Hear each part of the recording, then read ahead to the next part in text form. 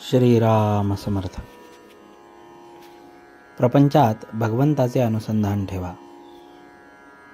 तुम्ही इथे इतके जण जमला आहात, त्यापैकी कोणीही मला सांगावे की आपली सर्व धडपड कशाकरिता असते.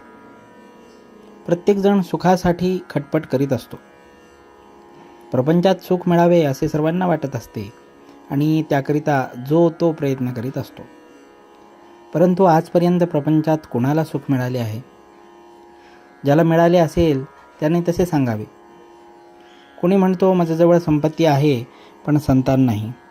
कोणी दारिद्र्य आहे म्हणून रडतो. कोणी काही सांगतच असतो आणि म्हणतो की माझी इच्छा पूर्ण झाल्यावर मी सुखी होईन. पण ती इच्छा तृप्त झाल्यावर दुसरी तयारच असते. म्हणजेच आपली हाव कधीच तृप्त होणे शक्य नाही. मृगजळ पिऊन कुणी कधी तृप्त झाला आहे का?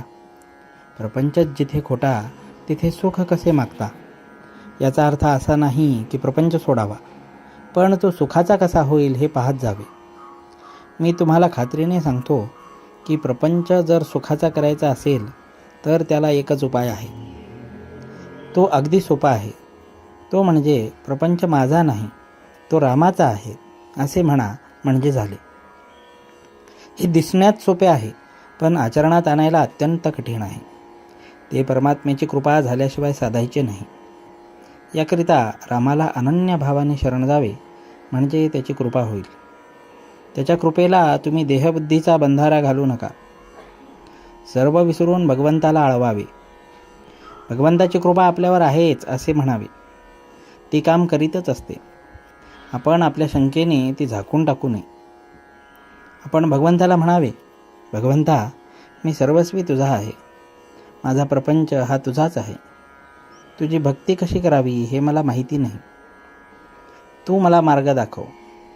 तू जे करशील त्यात मी सामील होईन, अशी अगदी मनापासून प्रार्थना करावी. मग तो ठेवील त्या परिस्थितीमध्ये आपण अगदी आनंदात राहावे. तुम्ही इतके कष्ट घेऊन मला भेटायला येता, पण रिकामे परत जाता हे पाहून मला वाईट वाटते. माझ्याजवळ जे आहे ते तुम्हाला व्यावहारिक जगात कुठेही मिळायचे नाही. ते म्हणजे भगवंताच्या नामाचे प्रेम होय. जे संतांनी सांगितले आहे तेच मी सांगतो. ते सत्य आहे असे मनापासून समजा.